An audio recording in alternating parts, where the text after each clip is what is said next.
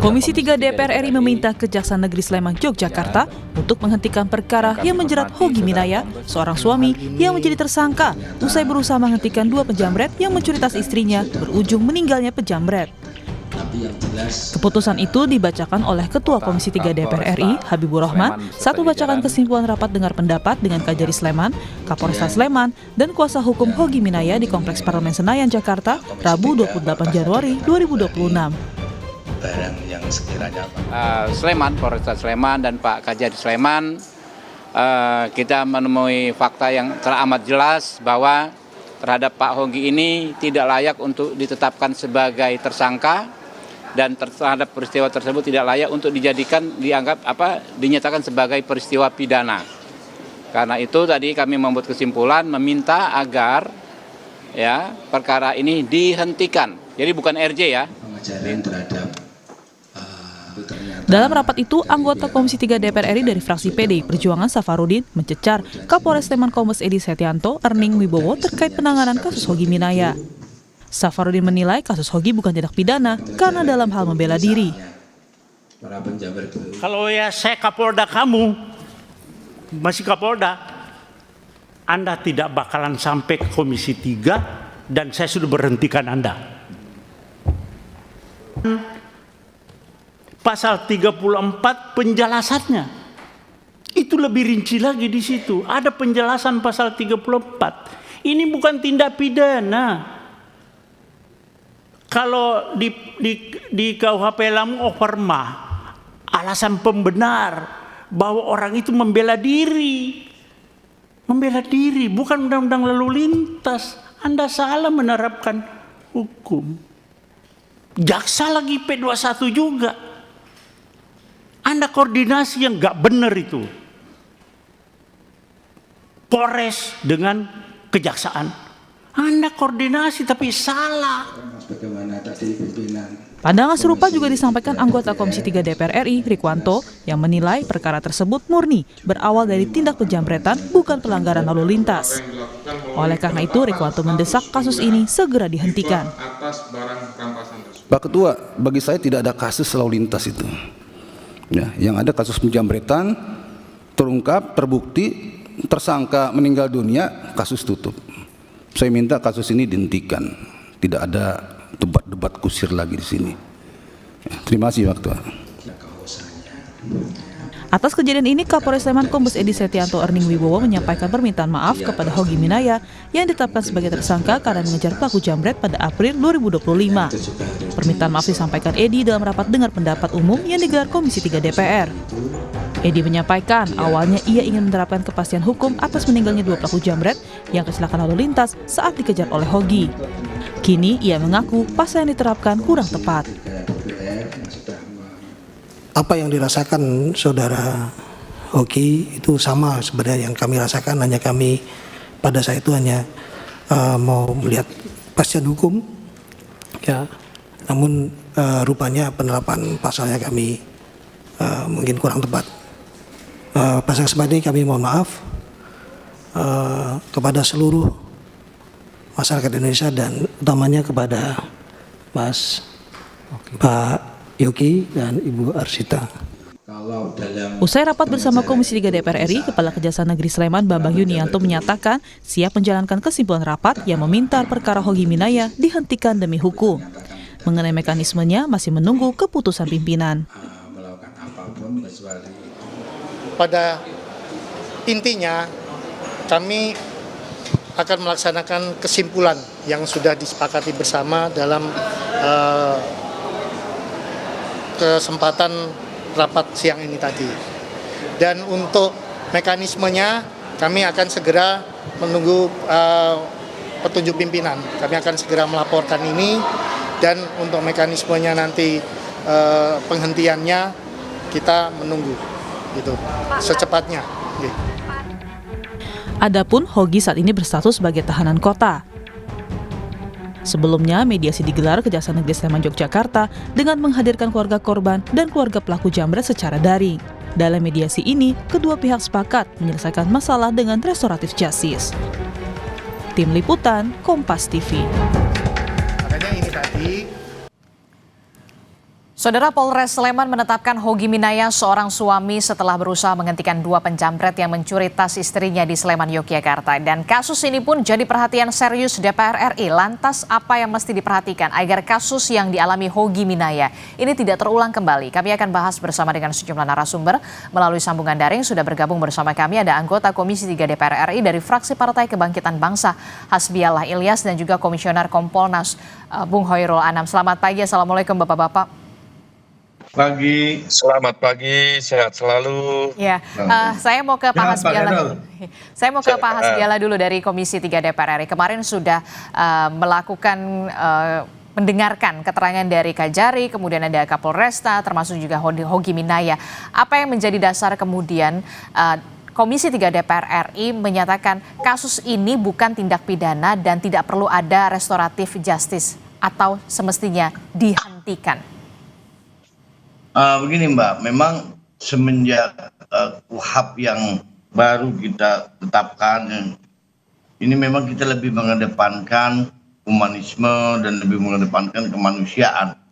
Memang yang diterapkan oleh Kapolres Sulaiman ini salah. Tadi yang apa disampaikan oleh Pak Rikwanto, oleh sahabat saya, kolega saya di Komisi 3 itu jelas. Ini tidak perlu restoratif justice kalau memang karena penerapan pasalnya ini memang sudah salah dari awal. Anda bayangkan coba orang membela diri tapi yang dipakai pasal lalu lintas. Iya, ini yang undang-undang lalu lintas. Pasal lalu lintas ya.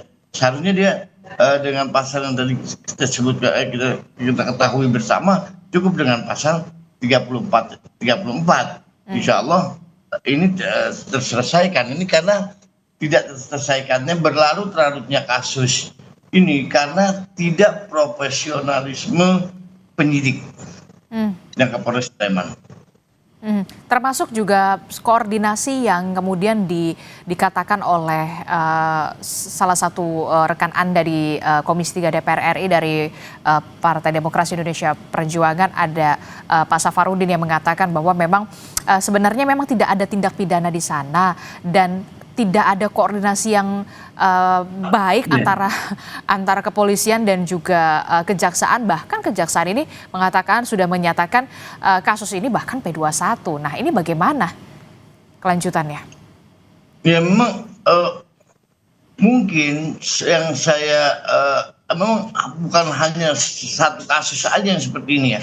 Yang Komisi 3 pengaduan yang datang ke Komisi 3 ini sangat banyak. Kayak kemarin misalnya seorang guru, nah ini intinya adalah profesionalisme polisi, antara kejaksaan dan kepolisian ini memang harus lebih di daerah-daerah ya, terutama ya. Di daerah-daerah tingkat Polres, tingkatan Polres ini lebih dioptimalkan lagi dan lebih bersinergi. Kalau kita melihat seharusnya jelas sudah P21 sudah ini cuma ini seharusnya sudah perkara yang memang sudah jelas sebenarnya Mbak. Perkara yang sudah jelas, sudah gamblang, cuma dipersulit itu aja. Bahkan seakan-akan ini mengada-ngada gitu. Itu yang kenapa Komisi 3 sampai panggil Kapolresnya dari pihak Kejarinya, semua kita panggil ke Komisi 3 itu diantaranya itu kita ingin penegakan hukum ini dengan KUHP yang baru, ayo kita lebih mengedepankan restoratif justice. Oke, berarti kalau dari Komisi 3 DPR RI sendiri mendorong agar kemudian kasus ini dihentikan SP3. Iya. Oke, saya ke Bung Hoirul Anam. Bung Anam, ini kalau kita lihat ya, tadi disebutkan oleh Pak Hasbiallah, profesionalisme dari kepolisian. Nah, ini yang kemudian menjadi kunci. Karena pengenaan pasal terhadap Hogi Minaya ini salah dalam tanda kutip begitu ya kalau menurut dari Pak Hasbiallah. Anda melihat dari Kompolnas sendiri seperti apa? Apakah nanti akan ada pemanggilan terhadap Kapolresta ataupun penyidik yang kemudian menangani kasus ini? Kasus ini dari 2025. Kalau tidak viral mungkin tidak akan menjadi perhatian khusus dan mendapatkan perhatian khusus sampai ada bentuk kesalahan sampai P21. Iya, pertama-tama ini bukan hanya soal terkait kesalahan pasal, tapi ini memang problem perspektif yang harus kami ingatkan ke rekan-rekan kepolisian. Polisi itu kan dibekali tidak hanya ilmu hukum, tapi ilmu kriminologi, ilmu sosiologi, dan lain sebagainya.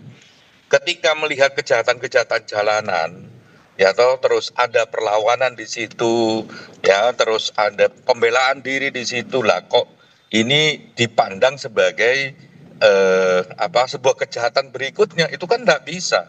Ayolah belajar. Dulu ada kasus Bekasi, ya kan, yang begal, yang dibegal kebetulan bisa silat, dilawan pembegalnya mati, lah kok tersangka begitu. Nah kalau kita tidak memahami kondisi kriminologinya, sosiologinya, ya berat. Polisi tidak akan pernah profesional gitu. Ini tidak hanya soal memenuhi unsur tidak memenuhi unsur, tapi ini lebih gedenya apakah ini peristiwa tidak. Saya setuju dengan rekan-rekan Komisi 3 yang mengatakan bahwa ini sebenarnya bukan peristiwa pidana, sehingga bukan soal penerapan pasal dan peristiwa pidananya. Pelaku penjambretan, ya namanya jambret ya pasti lari, pakai motor. Kalau dulu terkenal pakai motor King, misalnya RE King, misalnya gitu. Kalau dia ngebut dikejar, lah ya iya, karena watak dasar kriminologinya memang ya lari, ngebut, gitu, nabrak, meninggal, misalnya begitu. Sehingga upaya untuk perlawanan yang nggak bisa didudukkan sebagai perbuatan jahat, peristiwa pidana. Lah problem utamanya di situ. Ini soal perspektif. Bukan, tidak hanya soal pasal yang salah dan tidak. Oleh karenanya, ya kami menghimbau Pak Kapolda ya untuk memberikan pengawasan ketat terhadap Kapolres dan Kapolres. Jangan semata-mata ngomong memenuhi unsur dan tidak memenuhi unsur. Kalau kita memenuhi unsur tidak memenuhi unsur dalam konteks pidana, nanti akan terjebak cari-cari kesalahan orang, gitu loh. Dan saya setuju bahwa semangat sekarang ini penegakan hukum, terutama di KUHP yang baru, ya rasa keadilan, adil gitu. Tidak hanya soal kepastian. Kalau kepastian itu kan debatnya ini ada unsurnya, tidak ada unsurnya. Padahal peristiwa pidana itu hidup di masyarakat, punya logikanya sendiri. Orang dirampok rumahnya, ya kan, terus melakukan perlawanan, lah masa mempertahankan rumahnya terus kena pidana. Tersangka. Iya, terus habis itu RJ itu dalam bayangannya ada santunan dan sebagainya loh. Dia terancam kehilangan barang, habis itu terancam harus membayar. Saya setuju dengan statement Pak Habib, jangan sampai hilang barang, hilang macam-macam, kena ya diperas gitu ya dalam konteks RJ itu. Nah logika dasarnya nggak begitu gitu. Oke, apakah Kompolnas juga akan ikut terlibat untuk menangani kasus ini, dalam tanda kutip adalah untuk ada memeriksa Kapolresta dan juga penyidik, atau kemudian ini cukup di Propam? Sejak beberapa waktu yang lalu kami sudah komunikasi dengan rekan-rekan Propam dan berkomunikasi dengan Polda DIY, ya kan, untuk mengevaluasi ini. Kalau secara substansi, karena memang berkas perkaranya sudah di jaksa, kami tidak bisa ikut. Tapi secara kinerja profesionalitas dari kepolisian tetap kami bisa ikut. Ini jadi pembelajaran agar nggak berulang lagi. Karena terus-terusan loh berulang, gitu loh. Yaitu ada kasus begal, ada kasus perampokan, ada perlawanan di situ kok, yang karakter dasar perlawanannya kok jadi pidana, itu kan tidak bisa. Padahal dalam berbagai konteks, dalam debat mendasar soal hukum pidana, ya itu perlawanan terhadap kejahatan itu bisa dimaknai sebagai kontribusi pencegahan kejahatan itu sendiri, gitu. Siapa yang bisa menjamin bahwa kita itu aman semua, ya, misalnya dengan jumlah polisi yang terbatas misalnya, karena rasionya masih terbatas, dengan jumlah polisi yang terbatas. Kalau bukan masyarakat sendiri, kalau bukan kontribusi dari masyarakat sendiri, Kedua, apakah kecepatan polisi menyelesaikan masalah di saat peristiwa terjadi? Kan belum tentu. Yang memilih kecepatan menyelesaikan masalah, ya korban sendiri dalam peristiwa itu, atau masyarakat yang melihatnya dalam peristiwa itu. Akhirnya ini harus dilihat sebagai kontribusi, bukan sebagai kejahatan. Oke, karena memang kalau dari karakter kayak gini itu berbeda dengan penghakiman massa lain. Gitu. Ini karakternya berbeda. Peristiwa Hoki berbeda dengan penghakiman massa. Kalau penghakiman massa ya nggak boleh. Ya kan, pelaku kejahatan ditangkap terus dipukulin gitu ya nggak boleh. Gitu. Tapi penghentian kejahatannya itu kontribusi masyarakat terhadap penegakan hukum. Oke, ada pembeda di sana antara penghakiman massa begitu ya, dan juga pembelaan diri. Karena kan kalau penjambretan, pembegalan itu kan kalau saya masyarakat umum begitu awam menilainya ini pencurian dengan kekerasan, curas begitu ya. Dan ini adalah masuk ke upaya pembelaan diri. Nah,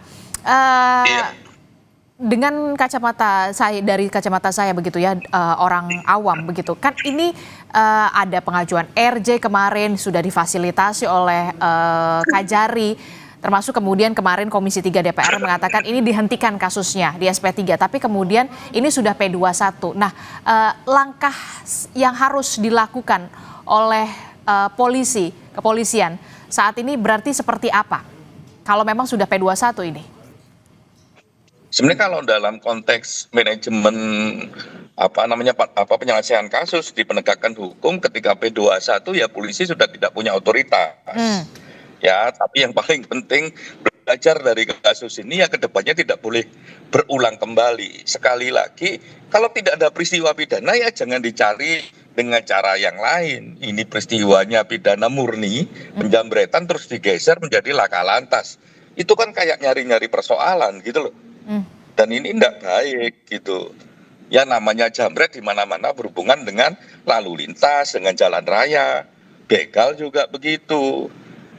Nah itu yang menurut saya teman-teman polisi ini harus arif kembali ya, menggunakan ilmunya, tidak semata-mata ilmu hukum, lihatlah kriminologinya dan sebagainya.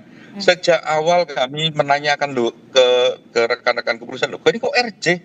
Kan ini kan peristiwa pokoknya penjambretan. Dan jambret itu ya di jalanan gitu.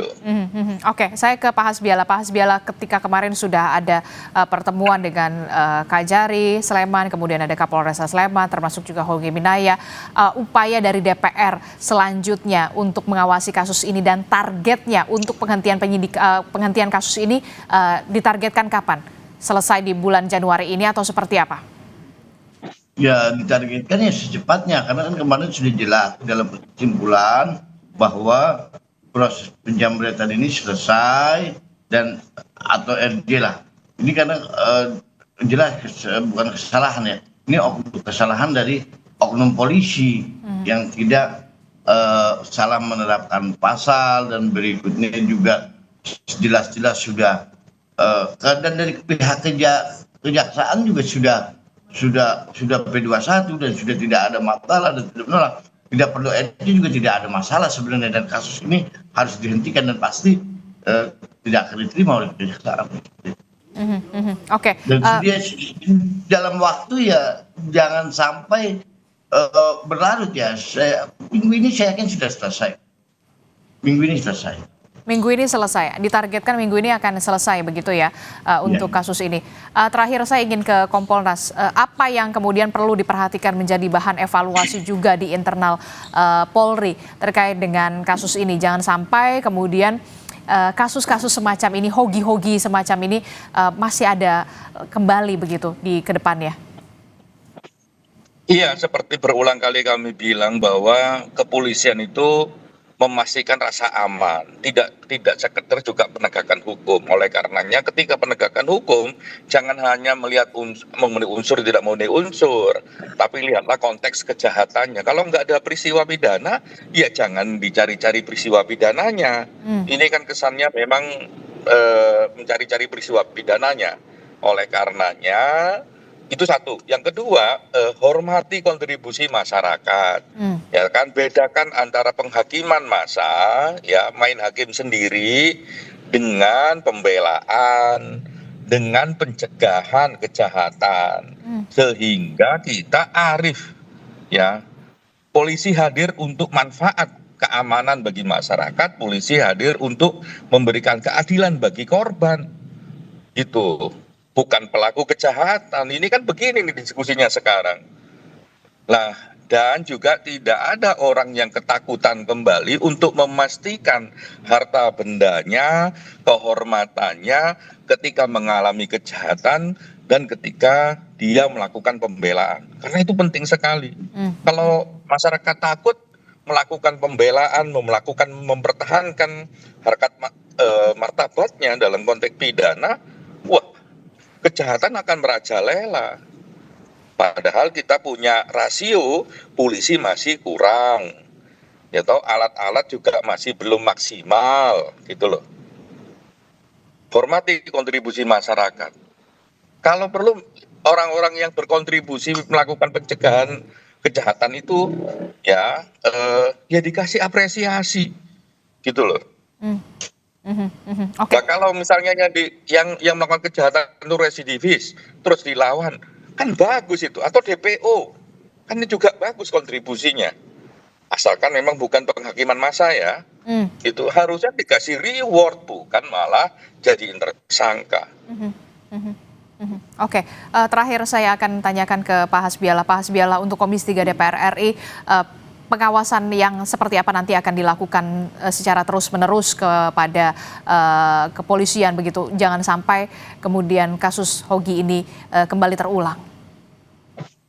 Ya, memang bukan hanya kasus Hoki, ada beberapa sebelumnya kasus, dan terus kita akan awasi. Ini sudah kewajiban kita di dalam di Komisi 3 sebagai mitra kepolisian. Dan insya Allah dengan KUHAP, jika KUHAP ini diterapkan benar-benar maksimal dan keprofesionalan polisi dan juga penanganan yang humanis, insya Allah tidak akan terjadi. Saya berharap andai kata terjadi juga sangat sedikit kejadian-kejadian seperti ini di masa depan. Yang penting sosialisasinya masyarakat lebih cepat dan lebih